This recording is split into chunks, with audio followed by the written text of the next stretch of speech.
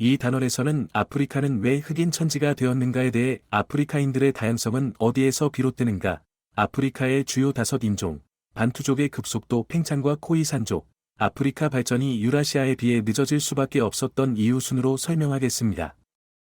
대부분의 미국인들은 물론이고 많은 유럽인들도 아프리카 원주민이라면 곧 흑인이고 백인들은 최근에 들어온 침략자들이며 아프리카 인종사는 곧 유럽의 식민 정책과 노예 무역의 역사라고 생각합니다. 우리가 이와 같은 사실들을 주목하는 데에는 명백한 이유가 있습니다. 과거의 흑인 노예들이 대량으로 미국에 들어온 탓에 오늘날 대부분의 미국인들이 알고 있는 아프리카 원주민은 흑인뿐이기 때문입니다. 그러나 오늘날 흑인들이 살고 있는 아프리카의 많은 지역은 불과 몇천 년 전까지만 하더라도 매우 다른 민족들이 차지하고 있었을 것이며 이른바 아프리카 흑인이라는 사람들도 사실은 각양각색입니다. 백인 이주민들이 들어오기 전에 아프리카에는 이미 흑인뿐만 아니라 전 세계 인류를 크게 6가지로 구분할 때 5인종이나 살고 있었습니다. 게다가 그중 3인종이 원주민으로 살고 있는 곳은 아프리카뿐입니다. 전 세계 언어의 4분의 1이 아프리카에서만 사용됩니다. 이와 같은 인간의 다양성은 그 어느 대륙도 따라가지 못할 것입니다. 아프리카인들이 이렇게 다양한 것은 무엇 때문일까요? 바로 지리적 환경이 다양하고 선사시대의 역사가 길었기 때문입니다. 아프리카는 북반구 온대 지방에서 남반구 온대 지방까지 연결되어 있는 유일한 대륙이며 세계적으로 손꼽힐 만큼 건조한 사막, 광활한 열대우림, 적도 부근의 높은 산 등에 둘러싸여 있습니다. 인류가 아프리카에서 살아온 기간은 그 어느 대륙보다도 훨씬 깁니다. 그렇다면 아프리카의 5인종은 과연 어떤 과정을 거쳐 현재의 자리에 이르게 되었을까요? 그 중에서도 왜 흑인들만 널리 퍼져나가고 나머지 4인종은 그렇지 못해서 오늘날 우리가 그들의 존재조차 망각하게 만드는 것일까요? 아프리카에 살고 있던 주요 5인종은 일반인들이 대충 흑인, 백인, 아프리카 피그미족, 코이산족, 아시아 인종 등으로 부르는 사람들입니다. 그중 흑인과 피그미족, 코이산족은 원래 아프리카에만 살고 있었습니다. 아프리카 흑인들은 주로 서해안에 거주하였으며 농경민이었고 피그미족과 코이산족은 수렵채집민이었습니다. 피그미족은 중앙아프리카의 강우림에 넓게 흩어져 살면서 이웃의 흑인 농경민들과 교역을 하거나 그들을 위하여 일하였습니다. 코이산족은 우리에게 가장 낯선 인종으로 대부분의 사람들은 이름조차 들어보지 못했을 것입니다. 그러나 피그미족과 코이산족은 남아프리카 야생식물을 작물화하기에 부적합해서 농업을 시작하지 못했습니다.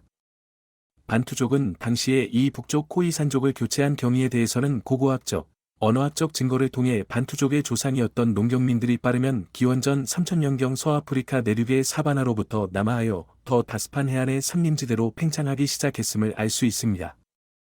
모든 반투계 언어에 지금까지도 많이 남아있는 낱말들로 미루어 반투족은 그 당시에 이미 다스판 기후에서 재배하기 적합한 참맛 따위의 농작물과 소를 갖고 있었지만 금속은 없었고 여전히 고기잡이와 수렵 및 채집을 많이 하고 있었습니다. 심지어는 숲속에서 채채파리가 옮기는 질병 때문에 소를 잃기까지 했습니다. 그들은 콩고 분지의 적도 부근에 있는 삼림지대로 퍼져나가 밭을 개간하고 수요가 늘어나면서 차츰 피그미족 수렵 채집민들을 침탈하고 숲속으로 몰아넣기 시작했습니다. 그 후 서아프리카의 고향에서 다스판 기후에 적합한 농작물들을 가져온 덕분에 반투족은 기존에 부적합한 동아프리카의 다스판 지역에서도 농경을 시작할 수 있었습니다. 그리고 기원전 몇 세기가 지나기 전 동아프리카 해안까지 도달할 수 있었던 것입니다. 동아프리카에서 반투족은 나일사하라계 및 아프리카 아시아계 이웃들로부터 기장과 수수를 얻었고 소도 다시 얻었습니다. 그들은 당시 아프리카의 사헬지대에서 막 재련되기 시작한 철도 손에 넣었습니다. 다스판 기후에 맞는 농작물과 철기까지 갖게 된 반투족은 마침내 당시의 적도 이남 아프리카에서는 아무도 감당할 수 없는 막강한 힘을 갖게 됩니다. 그러나 철기도 농작물도 없는 코이산족 수렵 채집인들이 드문드문 흩어져 있었고 그리하여 불과 몇백 년 사이 반투족 농경민들은 현 남아프리카 공화국의 동해안에 위치한 나탈주까지 단숨에 밀고 내려갔습니다. 너무 단순하게 생각하면 이렇게 신속하고 극적인 팽창을 대했을 때 반투족의 대군에 짓밟혀 모든 코이산족이 사라졌을 거라고 생각하기 쉬울 것입니다.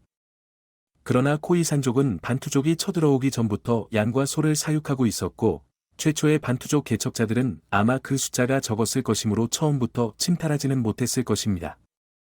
코이산족 농경민과 반투족 농경민은 각각 인접해 있으면서도 생식지가 판이하게 다른 지역들을 나누어 차지하고 틀림없이 서로 교역과 결혼도 했을 것입니다. 그러다가 차츰 반투족 수가 늘어나고 건조한 기후에 적합한 곡류와 소를 경제체제 속에 포함하게 되자 비로소 건너뛰었던 지역들을 마저 빼앗았을 것입니다. 즉, 흑인 중 반투족은 아프리카 중부지대를 거쳐 동부로 이동하면서 자신들이 가져온 농작물이 적합한 지역에 정착하였고, 아프리카 대륙의 침탈이 가능해진 것입니다. 운 좋은 아프리카인들이 이 점을 활용하여 이웃의 아프리카인들은 침탈한 결과 아프리카는 흑인 천지가 된 것입니다. 그렇다면 마지막으로 아프리카의 발전이 유라시아에 비해 늦어질 수밖에 없었던 이유는 무엇일까요? 첫째, 아프리카에는 가축화할 동물들이 없었습니다. 둘째, 유라시아에 비해 작물화할 토종 농작물의 수가 적었습니다.